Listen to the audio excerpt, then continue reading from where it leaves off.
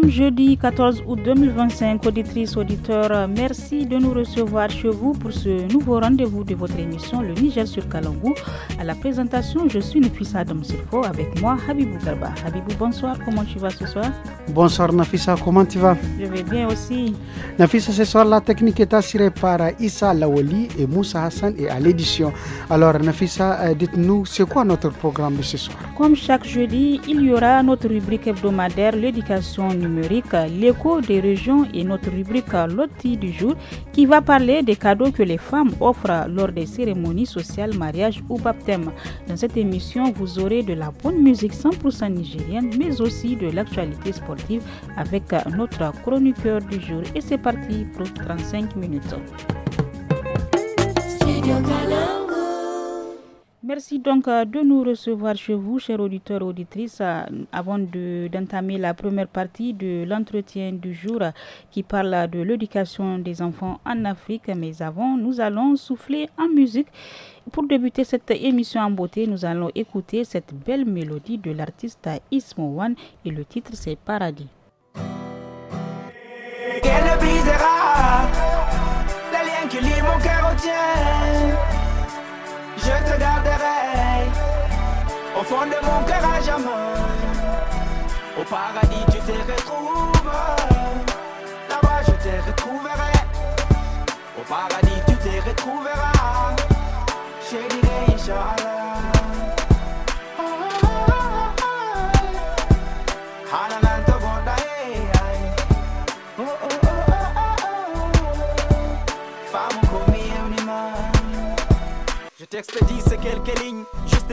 Alors Habibou, c'est le titre Paradis de l'artiste Ismoan Ismaël, c'est ça? C'est un artiste nigérien qui évolue mais qui vit à l'étranger. Là, il parle de Paradis. Oui, Nafissa, Paradis est chanté ici pour sa défendre sa mère qui n'est plus là. C'est ça, elle dit il est en train d'être guidé par les pas de sa mère.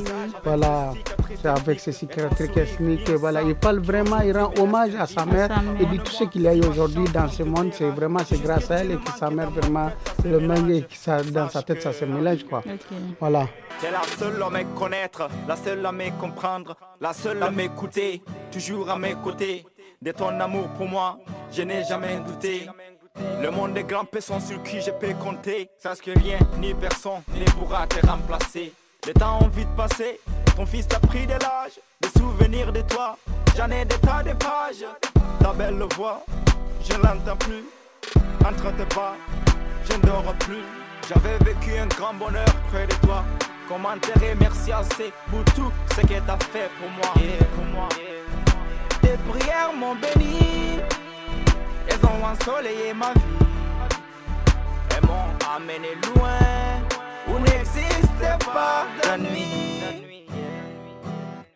Rien ne brisera les liens qui lient mon cœur au tien.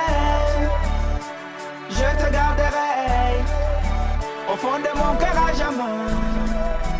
Au paradis tu te retrouves, là-bas je te retrouverai.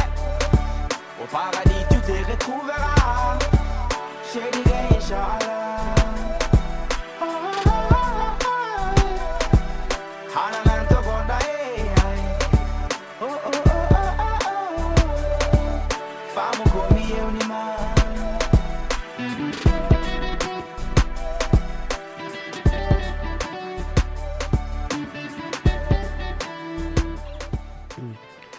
À présent, retournons au studio Soumana Amadou pour écouter la première partie de notre entretien du jour. Nafissa, il a annoncé tout à l'heure, ça va parler de l'éducation des enfants en Afrique. Oui, Habibou, pour éduquer efficacement les enfants en Afrique, il est crucial de prendre en compte les réalités locales et de s'appuyer sur des approches adaptées. Et cela implique d'optimiser les ressources existantes, de renforcer l'implication des communautés, mais surtout d'améliorer la coordination entre les différents acteurs de l'éducation. C'est selon le professeur Halidou Yakouba.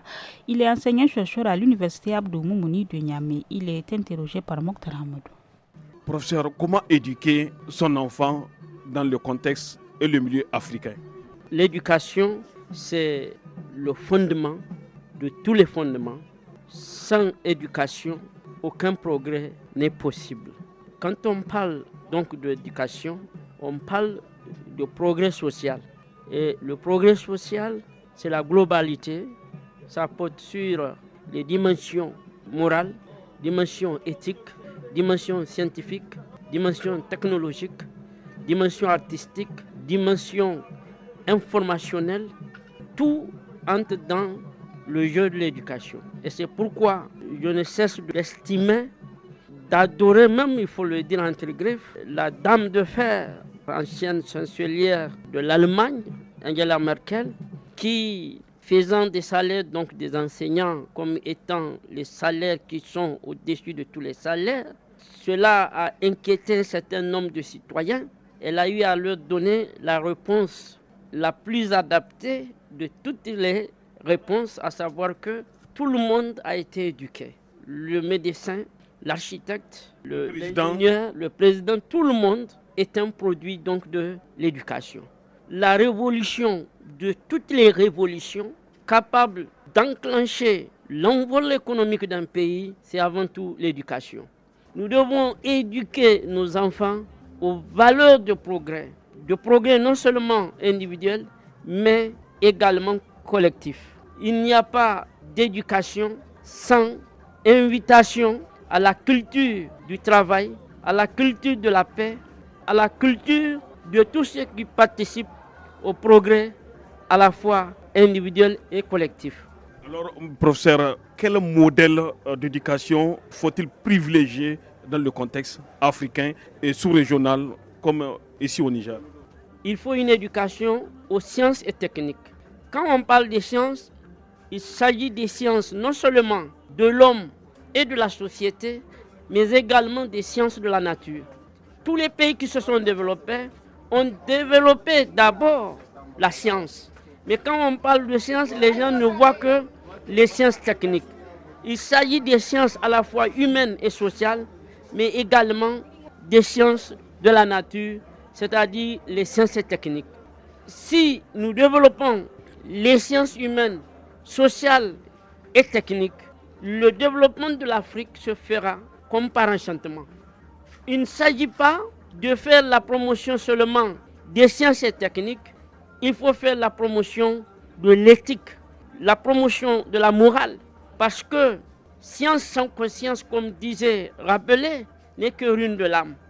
On a beau développer les sciences et techniques, tant qu'on n'arrive pas à former l'homme, parce que l'homme est à la fois l'alpha et l'oméga de tout développement, eh bien le développement ne serait qu'un mot vide, un concept vide, un terme dans toutes ces contradictions.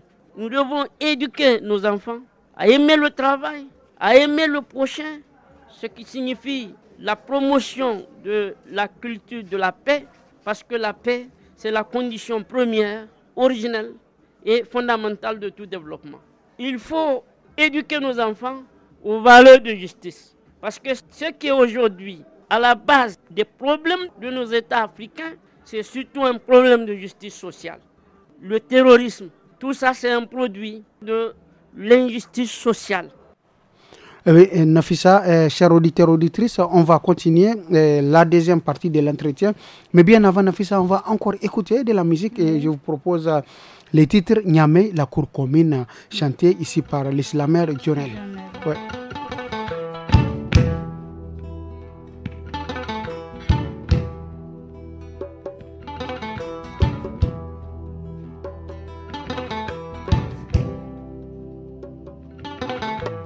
Soyez les bienvenus, ici c'est la cour commune. On vient de l'Est, de l'Ouest, du Nord et du Sud. Aujourd'hui, on est entre amis, famille, voisins et cousins. Niamey, la cour commune. Ni kanka nene jismaiso, nege yendene maro. Zamwa kanka bon futa nyaga, nongo isa mware bon kana nyaga. Ici c'est une cour commune. Dans chaque famille, il y a une histoire. Chez moi, il y a 12 enfants. Je connais leur maman parce qu'on est ensemble, mais je ne connais pas les papas. Niamey, la cour commune. Chez mon voisin, lui, il a 4 femmes et 16 enfants. Mais quand il sort de sa maison, il entend dire « Dieu merci, t'as l'impression qu'il est en train de fuir sa famille. Ici, c'est une cour commune. Chez ma maman, elle attend encore le retour de mon papa. Mais quel papa? Un homme qui est parti sous prétexte de la sauver, elle, sa vie et celle de ses enfants. Niamey, la cour commune. Non, nos sœurs, de honte, une fois enceintes, elles osent avorter. Il y en a qui prennent la peine de supporter 9 mois de grossesse. Puis après, on retrouve les enfants emballés, tués, jetés dans des caniveaux. Ici, c'est une cour commune. Nous sommes des jeunes, entre 25 et 35 ans. On vit encore chez papa et maman. On attend la grâce d'Allah ou un visa de USA. Niamey, la cour commune. Non, nos sœurs, comme mariage devient difficile, tu les entends dire mais après les jeux de jambes, les katas, les autostops, Mangano Alpha Gananda, ici c'est une cour commune. Pendant les jours de fête, on s'invite et après les fêtes, on s'évite. Mais si jamais on apprend que chez Ladji il y a un baptême ou chez Hajia il y a un mariage, d'abord chez nous ce jour-là on ne fait pas la cuisine. Invitation ou pas, 12 heures pile on est présent. Niamey, la cour commune. La polygamie existe encore. Et mon grand-père, il en a 7. Et chacune de ces femmes veut s'imposer dans la maison. Toute la journée, c'est wababa, wababa. T'as l'impression que Folleino Gichingetunibo. Ici, c'est une cour commune. Mais le fait de faire beaucoup d'enfants et ne pas encore pouvoir prendre en charge les enfants, la rue est bourrée d'enfants abandonnés, mendiants, godés talibés. Niamey, la cour commune. J'ai mon oncle, lui il fait taxi, il a 2 femmes. Et son grand projet, tu sais c'est quoi? 3e femme. Et son grand problème, tu sais c'est quoi? C'est que le taxi il appartient même pas. Mais il ne s'inquiète même pas. Même si un de ces 4, le propriétaire du taxi retire son taxi. Comme on vit dans une cour commune, on met tout dans la main de Dieu. Soyez les bienvenus, Niamey, la cour commune. Ouais. Niamey, la cour commune. Nafisa, on va écouter la seconde partie de notre entretien. Aujourd'hui, le professeur Halidou Yakouba, enseignant-chercheur à l'université Abdou Moumouni de Niamey, estime qu'il est également essentiel de lutter véritablement contre la corruption, de promouvoir le développement des compétences et la bonne gouvernance. Il est toujours au micro de Mokhtar Amadou. Alors, professeur, quel modèle éducatif approprié pour le développement du Niger?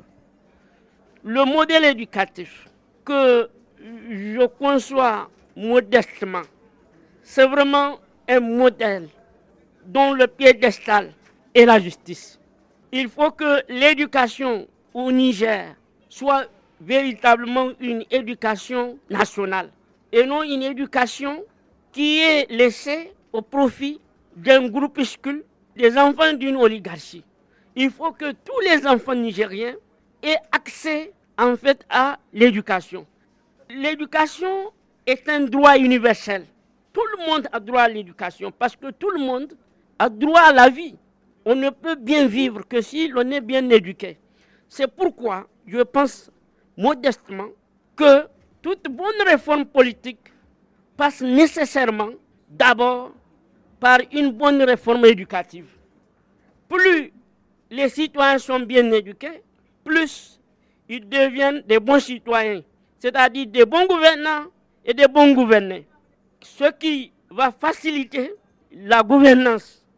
Mais une gouvernance est difficile lorsque, justement, il y a une contradiction au niveau donc du rapport entre gouvernants et gouvernés.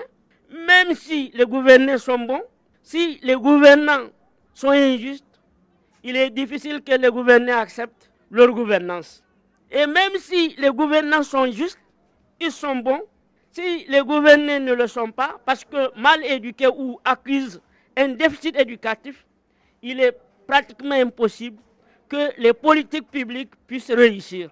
C'est ce qui fait dire au philosophe et père fondateur de la sociologie, Auguste Comte, que toute bonne organisation politique est nécessairement fonction d'une bonne organisation éducative, c'est-à-dire une bonne organisation mentale. Professeur, est-ce qu'un autre Niger est possible sur le plan éducatif? Un autre Niger est possible, mais il n'est possible qu'à la seule et unique condition que les Nigériens assistent à la posture émergente d'un chef d'État qui est reconnu pour sa vertu cardinale, qui est la vertu cardinale de toutes les vertus cardinales, c'est-à-dire la justice. Plus un chef d'État est juste, plus tous les citoyens le seront, parce que c'est lui qui donne le bel exemple. Plus un chef d'État est injuste, plus le peuple l'est, et jamais, au grand jamais, le pays ne peut avancer. La justice, c'est le piédestal de tout État harmonieux. Et c'est pourquoi même leçon des prophètes, Mohammed sallallahu alayhi wa sallam, dans ses hadiths, dans ses traditions langagières éminemment prophétiques, disait que même un peuple mécréant peut progresser, mais jamais un peuple injuste. Plus vous êtes juste, plus vous êtes aimé, et par les hommes, et par le Créateur, c'est-à-dire Dieu. Donc, franchement, un autre Niger est possible lorsque on arrive à avoir un chef d'État juste. Auditeurs et auditrices du Studio Kalangu, à partir de ce lundi 3 mars 2025, le programme de Studio Kalangu passera à 1 heure de diffusion de 17h à 18h. 1 heure de contenu riche et varié, 1 heure pendant laquelle vous aurez l'émission Le Niger sur Kalangu, des informations en 5 langues, un magazine hebdomadaire, un forum hebdomadaire, l'émission des jeunes tous à la fada les dimanches et un documentaire radio mensuel les samedis.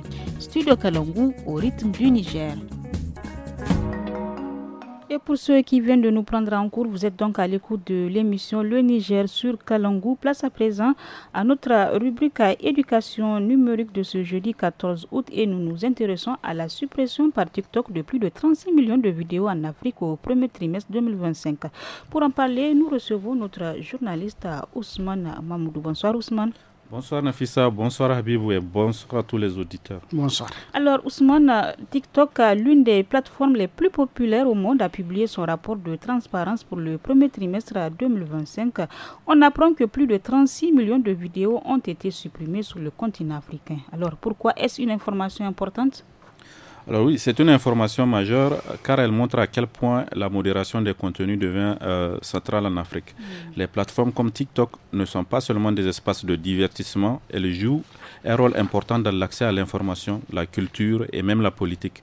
Mais cette liberté s'accompagne aussi de responsabilités. Lutter contre la désinformation, les contenus haineux ou illégaux. À l'échelle mondiale, ce sont 211 millions de vidéos qui ont été supprimées, contre 153 millions au dernier trimestre de l'année dernière.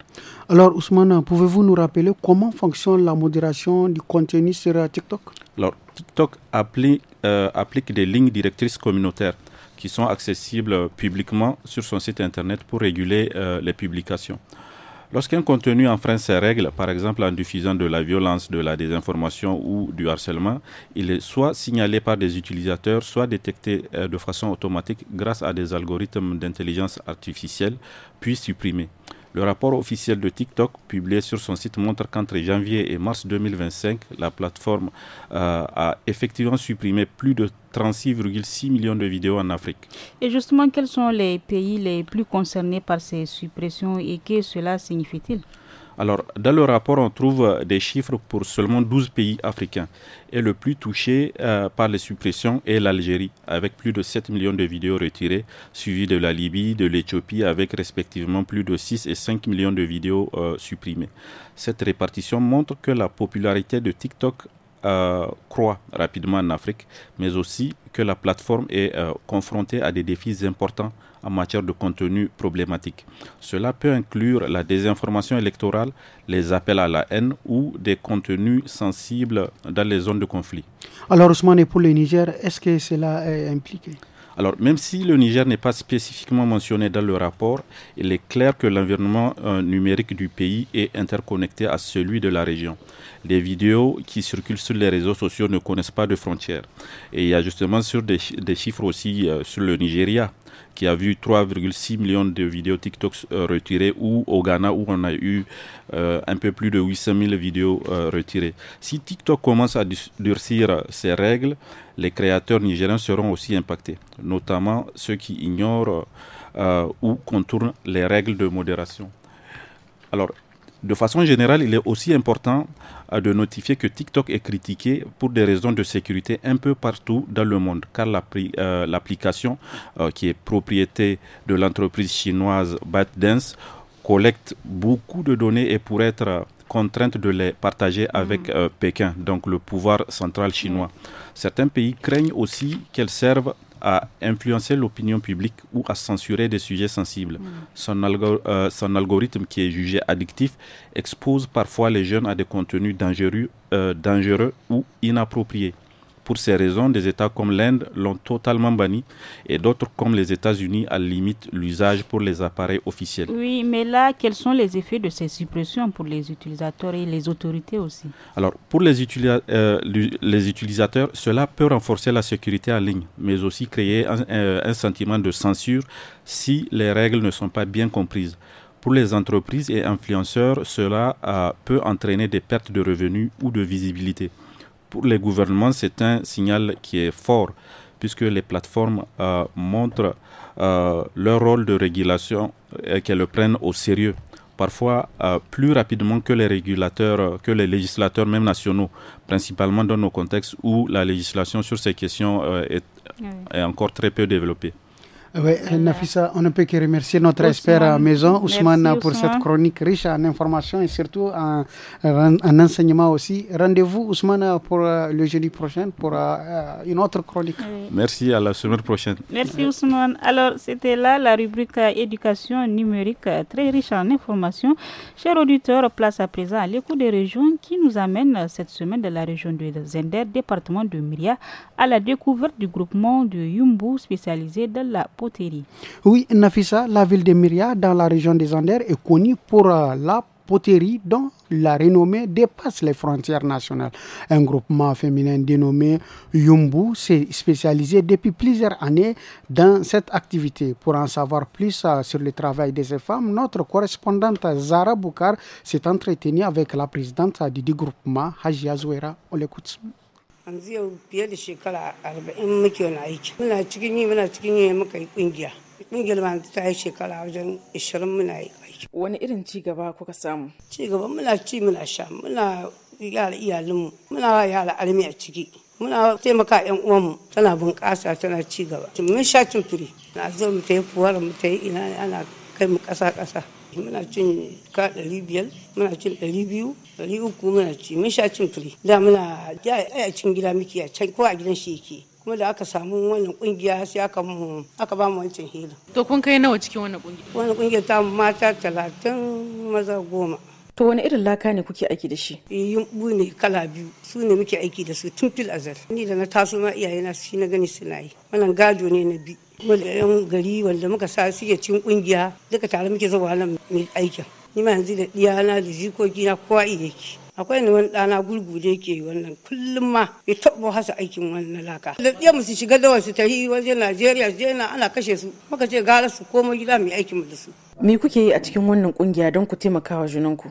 Abin da muke yi a cikin ta da muka kira ta muna yin kudi. Allah 40 muke yi. An aka tara shi aka kilga kudin sai a raba shi gida 3. Ɗaya a zuba shi a asusu, ɗaya mu siya kayan aiki kuma raba mu kashi. Wani asusun da muke wani an sabga ta same mu wanda za ta yi sabga sai a tallafa mata a alamta mata in ta yi biki ta kare ya ta mai doshi. Muna ta mai kakkiya niya da shi ko bikin alme ko bikin aihuwa. Ko kuna da wani kira ga magabata? Yanzu muka je mai biki ga wuya da muke sha amma muka kai ka muka kasa sai su je ma kasa ba can za ku kai can. Muna yawo da kaya sai mun je mun kai shaida mun je mun gaya mutane tukun a zo a daidaita mu su bar mu zama na amsa da kaya tun da bidan mu shago ne aka ce wannan shagon mu ne ko ai ba kore mu ba to wannan shine wannan babbar matsala ce muna neman taimako a taimaka mu ko wata mota ce haka wanda za ta rika kai mu kaya ya mai ko motar zai ta dauko mu yimbu a gurin aikin laka mu dai a ba mu dai abin da zai gina mu har mu barwa diyan mu da jikokin mu. Vous l'avez compris, c'est la page sport de votre émission et nous recevons notre chroniqueur Tarnan Fouré Ahmed qui est déjà sur place. Bonsoir Tarnan. Bonsoir Nafisa, bonsoir Habibou. Alors, Bonsoir. quelle est l'actualité sportive de ce jeudi 14 août? Bon Nafisa, pour l'actualité sportive de ce soir, nous allons débuter avec cette conférence de presse du sélectionneur de Maïna, M. Harouna Abdullah, accompagné de son poulain Abdeljalil Ahmed. Lors de cette conférence de presse, Harouna Abdullah est revenu sur le moral de ses joueurs, où il a insisté sur ces derniers et il a incité les jeunes à se préparer davantage pour affronter l'Afrique du Sud, toujours dans les mêmes cadres, voilà, Bafana, toujours dans les mêmes cadres de cette troisième journée du champ où les Maïna du Niger va affronter, comme tu viens de le dire toi-même, Bafana. Le match aura lieu demain vendredi 15 août 2025 à 18h, heure de Niamey. Déjà, notre envoyé spécial qui est sur place, Saramatou Kadri, a profité pour rencontrer quelques joueurs sur leur morale. Je vous propose d'ailleurs qu'on les écoute. Pour le groupe, tout se passe bien parce que c'est pas facile. Pour le moral, on essaie de se parler et de se tenir pour finir les 2 matchs en beauté. Parce que c'est pas facile de finir, parce qu'on a fait 2 sorties, on a perdu. Pour l'instant, on essaie de se mobiliser et de faire une belle prestation pour les 2 matchs. Bon, pour le résultat, ça se dit pas. Avant le match, on ne parle pas. Parce que tous les matchs qu'on joue, on parle, on dit on va gagner. Avant le match, on parle sur le terrain, c'est d'autres choses. Pour la victoire, nous, on va dire qu'une seule chose. On va faire de notre mieux et de faire une belle prestation. Et au fond de nous, on sait qu'on va tout donner, la victoire viendra. Non, on se sent bien. C'est vrai qu'on n'avait pas pu se relancer contre l'Ouganda, mais c'est pas un fait pour tout parce qu'on a 2 matchs encore à jouer et c'est possible parce que mathématiquement c'est pas encore fini, donc on peut le faire. Je pense qu'on va jouer pour l'honneur aussi. On a perdu le match passé contre l'Ouganda. C'était un match, on avait déjà mis dans la tête que nous devons gagner, mais tel n'est pas le cas. Donc on s'est remobilisé et on se concentre sur le match contre l'Afrique du Sud. On pense que, Inch'Allah, avec les efforts, on a bien récupéré et puis on sait que le match contre l'Afrique du Sud ne sera pas un match facile. Mais on mettra tout l'effort pour gagner ce match. Au moins arracher ces 3 points et puis continuer. Voilà, vous venez de les entendre. Les jeunes, ils ont dit qu'ils vont se mobiliser, ils vont se remobiliser pour au moins arracher 3 points à l'Afrique du Sud. J'espère que c'est ce qui aussi nous souhaitons tous ici. Restons encore avec ce dossier MENA, mais cette fois-ci, on va parler de MENA A, qui est un regroupement à Niamey. Ce regroupement s'est fait en effet en prélude de la fenêtre FIFA du 1er au 9 septembre 2025, comptant pour les éliminatoires de la Coupe du Monde 2026. Le MENA a entamé un stage de préparation au Centre technique national. Il faut retenir que ce regroupement concerne des joueurs internationaux en vacances, des éléments du championnat local, mais aussi des jeunes issus de la sélection I-20. Le tout sous la supervision du coach Abdraman Issa Maïga et son staff technique, en attendant l'arrivée du sélectionneur, le grand boss Badou Zaki, mais aussi des joueurs locaux qui évoluent actuellement au niveau de la CHAN. Oui, en parlant des joueurs locaux, qu'est-ce qu'on a encore sur le plan local en termes d'actualité sportive? Bon, là, on va à Maradi où avant-hier, la ville a accueilli les championnats scolaires édition 2025 placés sous l'égide du ministère de l'Éducation nationale avec comme credo la cohésion sociale. Cet événement, Habibou, a réuni des athlètes venus de toutes les régions du pays pour s'affronter dans plusieurs disciplines sportives. Lors de cette rencontre ou bien lors de cette édition, Mahamadou Abdelkarim, qui est le secrétaire général du gouvernorat de Maradi, a placé un mot, surtout sur le cadrage des brassages entre les fils et les filles du Niger. On l'écoute. Et nous sommes reconnaissants à l'endroit en tout cas des autorités du ministère de l'Éducation qui ont voulu que cette compétition se passe au niveau de notre région. Le sport, c'est un facteur de l'unité nationale, de cohésion sociale, en ce qu'il permet le brassage entre les jeunes issus de toutes les régions de notre pays. Alors 4 jours ou 5 jours durant, les jeunes vont compétir, mais ce n'est pas une compétition, c'est justement un échange, un brassage, parce qu'in fine, c'est le Niger qui gagne. Il n'y aura pas un perdant, il n'y aura pas un gagnant, c'est le Niger qui gagne. Et cette occasion va être mise à profit justement pour renforcer ce brassage-là, toute chose qui cadre avec les aspirations des plus hautes autorités de notre pays, qui font du sport leur véritable credo depuis leur arrivée au pouvoir. Alors que la fête soit belle. Et sur le plan international, qu'est-ce qu'on a au menu? Voilà, Nafissa, c'est ton club qui a encore enregistré un titre. Je sais que tu es parisienne. Voilà, donc à ce niveau, Nafissa, Paris Saint-Germain vient d'agrandir son armoire de trophées. Le PSG a en effet remporté la Super Coupe d'Europe en battant Tottenham, un club d'Angleterre, Habib, à un moment. C'est un club dont tu nous parles ici toujours. Ouais. Donc c'était au tir au but, 4 buts à 3. Mais déjà, dans l'état réglementaire, lors de ces matchs qui s'est joué à Idine en Italie, les Parisiens étaient menés. Mais ils ont rattrapé grâce à des buts dont un de Gonzalo Ramos. Les Parisiens, lauréats de la Ligue des Champions, donc, ont mené 2 buts contre le vainqueur de la Ligue, étaient menés contre le vainqueur de la Ligue Europa. Mais on va faire économie de ces joueurs, tout ce qu'il faut se dire. Dambouz Ousmane Dembélé a frappé fort encore et réconforte sa position relativement au Ballon d'Or 2025. Espérons bien qu'il sera. Voilà, donc c'est tout pour cette actualité sportive. Merci Sakis. Merci à vous aussi. Okay. Nafissa, merci donc Ternan, et place maintenant à notre chronique Loti de ce soir. Aujourd'hui, la chronique traite des cadeaux que les femmes offrent lors des cérémonies sociales, mariage ou baptême. Ces cadeaux peuvent être en nature ou en espèces, mais pour certaines, c'est un placement dont elles attendent un retour. Écoutons Fanta Chamsou et Samira Rouafi sur la question.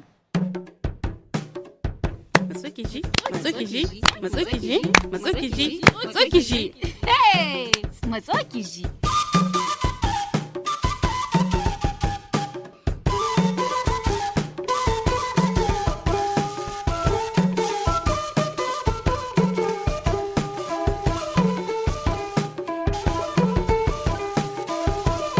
Assalamu alaikum masu gidan ga. Kai wani ko ba kowa ne yau? Kai akwai mutum walla, amma alaikum salam. Makwabciya kina lahiya, ya iyalinki? Alhamdulillah makwabciyata. Wai me ya same ki ne? Naga kamar akwai abin da ke damun ki. Ke dai bari, ina cikin wani dogon lissahi. Abukiyar nan ta Zainabu ita ce ta aihu jiya. Kai madalla. Wannan ai abin alheri ne. To menene kuma na damuwa a ciki, ko ta matsala ta samu? A'a wallahi bata samu matsalar komai ba. Kina tune sanda ni na aihun nan na samu ɗana. Wallahi ta kawo mini kyautar jikka 10 kuma har da kwalin sabuli. To ni kuma yanzu ke gani bani da ko dala, ban san ko ina iya maida mata abin da ta ka mini ba. Mu mata matsala. To wannan shine abin na damuwa kuma. Wallahi ke dai babbar gora ta ce, babbar aminiya ce. Ai abun da kumya haba. Yanzu a ce ta ka mini wani abu, ni kuma ban kai mata komi ba. To ai naga abun ba bashi bane. Kyauta ce ta ganin dama. Na tanyanki murna lokacin da kika haihu. Menene kuma na damuwa a ciki? Ai kamar baki san matan yau ba. In suka kawo miki dala 5 suna jiran ki ka musu jikka. Haba da Allah bari. Komi suna jiran su ga an ka musu wanda yake wanda su suka kawo maka. Ke kwantar da hankalinki. Ki shirya tsaf ki ta wurin bikinki. Abinda Allah ya hore miki shi zaki bata. Ko ba haka ba? Wallahi gaskiya ni tsogo nake ji. Duk mutanen anguwa su raina ni. Su yi ta nuna ni su ce ga ni nan ban kuma ka mata wani abun a zo a gani ba. Haba. Wallahi gaskiya kuma kin gani wa da garin ya zamanto sai a hankali. Ke ni ba ni ciki da wannan kayan shirma. A gani na ko baki bata komi ba. Ai ba wani tashin hankali bane. Kuma na tabbata ba ke kadai bace ba. Ina ma kyauta ta taba zama bashi wanda sai an biya ka da makamantin shi ko hiya da shi.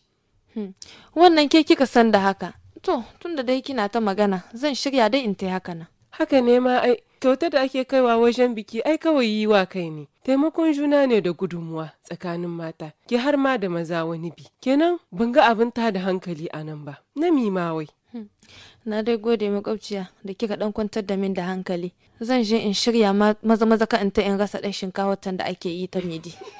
To ko kewa, in gwani ma ga bakar leda ta kaɗa cikin tsak in kin je ki zubo min rabona. Aha, kina son kina ƙara mini daman ba wani abun a zo a gani zan kai ba kuma in yi kwashe-kwashe. Ba shi komi to ni ko ɗan lemun ma ki kawo mini.